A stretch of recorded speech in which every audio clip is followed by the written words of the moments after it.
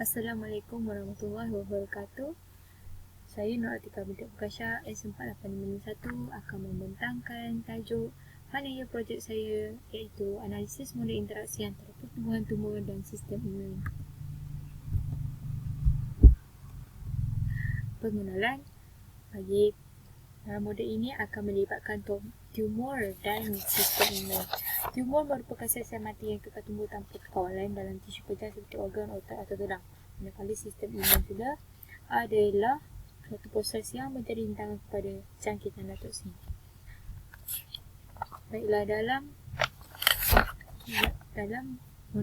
dalam projek ini akan melibatkan persamaan pembezaan biasa yang akan menerangkan interaksi antara model tumor dan sistem imun.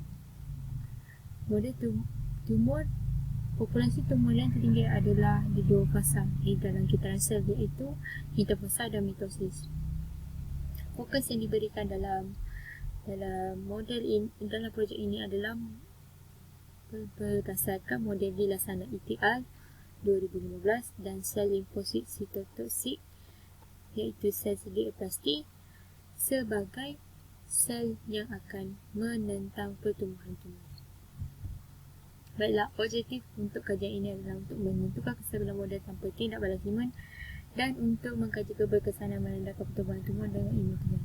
Metodologi terbagi kepada tiga. Yang pertama ialah pengenalan kepada model Vilasana menggunakan persamaan pembezaan biasa, dan fokusnya hanya diberikan kepada dua fasa, iaitu interfasa dan fasa mitosis.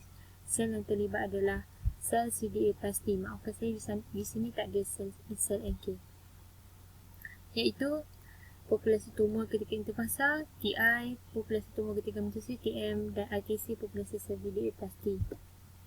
Okey, beberapa andaian perlu dibuat untuk bagi menerangkan model ini, model antara sel tumor dan sistem imun ini, iaitu sel CDA plastik mampu membunuh tumor. Sel CDA plastik akan menjadi teraktif selepas beberapa bilangan pertemuan dengan sel tumor, dan memandangkan sel CDA plastik sebahagian daripada imunitas tertentu. Sel CDA plastik akan kembali hadir semula apabila adanya sel tumor. Baiklah, ini adalah pembezaan daripada TI, TM dan ITC. Baiklah, saya akan menerangkan anu-anu yang berada dalam model ini, dalam ketiga-tiga persamaan iaitu A4 dan A1 ialah kadar yang berlainan untuk kitaran sel. C1 dan C3, C2 adalah kadar kerugian daripada pertumbuhan sel-sel tumor. D2 TI, D3 TM dan DITC merupakan kadar kematian sel secara semula jadi.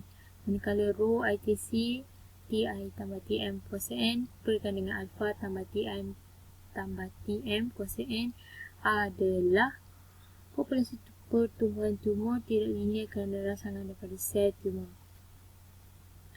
Manakala K adalah kadar sumber tetap ketika ketiadaan sel tumor, di mana TI bersamaan dengan TM bersamaan dengan kosong. Okey, itu sahaja. Okey, ini adalah jadual yang menunjukkan anggaran parameter oleh Vilasana ETR.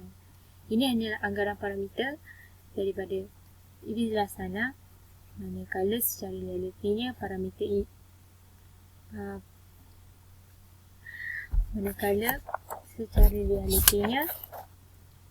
parameter bergantung kepada jenis tumor dan kesihatan seseorang. Okey, baiklah, saya teruskan kepada yang kedua, iaitu analisis kestabilan model tumor tanpa tidak balas imun. Okey, ada dua persamaan yang terlibat, iaitu TI dan TM. Okey, TI dan TM harusnya bernilai kosong sebagai nilai permulaan. Jadi matrik Jacobian daripada persamaan yang di atas ini adalah yang ini, JTI DM ini. Jadi kita akan dapat Jacobiannya macam ni. Okey, persamaan cirian bagi persamaan tersebut ialah lambda square tambah A1 lambda, alpha 1 lambda dan alpha 2 bersamaan dengan kosong. Alpha 1 dan alpha 2 adalah yang ini. Alpha 1 akan sentiasa positif mengikut kriteria Lewis untuk menjadikan nilai lambda kita negatif adalah dengan alpha 2 lebih besar daripada kosong, iaitu equation yang ini perlulah lebih besar daripada 2A1A4. Maafkan saya, di sini ada kesilapan, sebenarnya A1A4, 2A1A4. Bagi model ini, keseimbangan E0 secara stabil secara asintotik tempatan sekiranya D3 tambah A4 kalikan dengan D2 tambah A1 lebih besar daripada 2A1A4. Seterusnya, model yang terakhir adalah analisis kestabilan model tumor dengan tindak balas Siemens.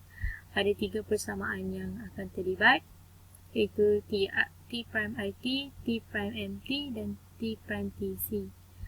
Baiklah, anu-anu ini akan diterangkan dalam bab 4.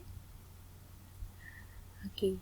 E100K per D1 adalah titik tetap untuk sistem yang mewakili kebebasan tumor dengan tahap imun yang positif. Matriks Jacobian yang diperolehi daripada ketiga-tiga persamaan adalah seperti berikut. Nilai eigen bagi Jacobian yang ditunjukkan tadi diberi untuk persamaan ciri, iaitu Jacobian TITM dan ITC. Ini merupakan persamaan ciriannya.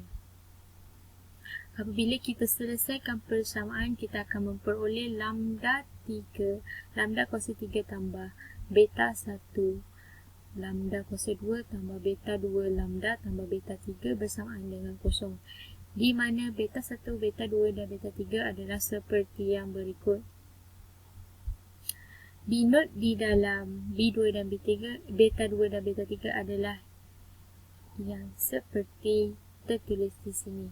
Maafkan saya kesutukan masa untuk menerangkan satu persatu, memandangkan video limitnya 5 minit sahaja. Baiklah, beta 1 akan sentiasa positif mengikut kriteria Lewis untuk menjadikan nilai lambda negatif adalah beta 1, beta 2 lebih besar daripada beta 3 dan beta 3 harus lebih besar daripada kosong, iaitu yang seperti berikut.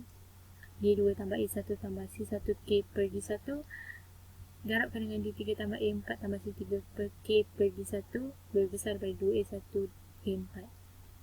Bagi model ini, keseimbangan E1 stabil secara asintotik ketepatan sekiranya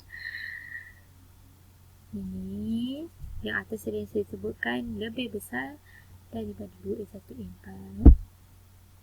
Baiklah, saya terangkan sedikit teorem Lewis bagi memudahkan pembaca memahaminya. Dia berikan satu polinomial ini seperti berikut. Okey, tentukan matriks N Lewis dengan menggunakan perkali AI daripada polinomial cirian, iaitu H1 bersamaan dengan A1, H2, A1, 1, A3, A2. Kesemua punca polinomial lambda merupakan negatif ataupun positif. Bahagian nyata yang negatif jika dan hanya jika penentu pada semua matriks itu adalah positif.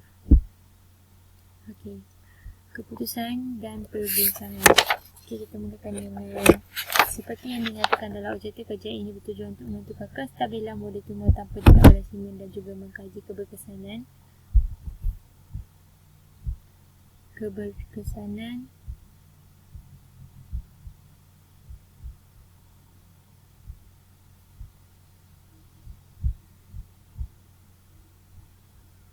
maafkan saya keberkesanan mengkaji keberkesanan seperti yang dinyatakan dalam objektif kajian ini bertujuan untuk menentukan kestabilan tumor tanpa tidak balas Siemens dan juga untuk mengkaji keberkesanan merendahkan model tumor dengan ilmu tunggal. Kajian ini dibuat daripada mengenal pasti kepositifan nilai-nilai eigen dengan menggunakan teorem Lewis. Dalam bab ini, keputusan yang diperoleh pada model ini akan dibincangkan. Baiklah. 4.2 analisis kestabilan model tumor tanpa tindak balas imun.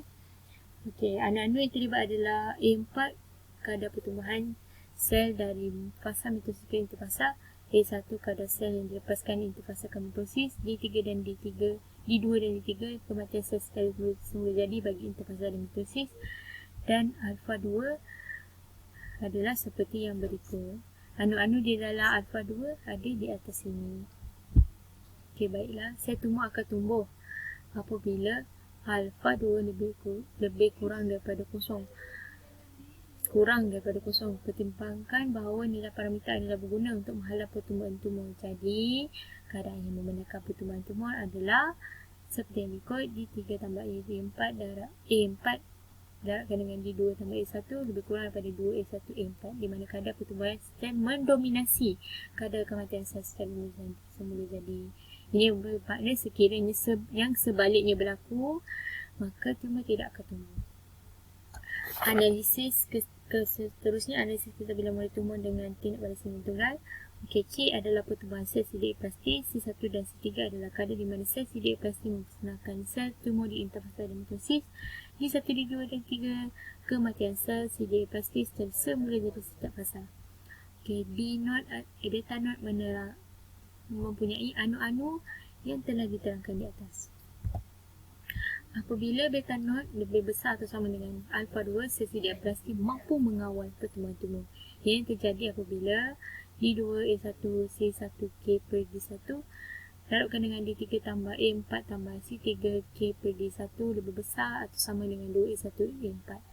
Walau bagaimanapun sekiranya sebaliknya berlaku, iaitu B not lebih kurang atau sama dengan alfa 2, kebarangkalian sel tumor untuk tumbuh meningkat.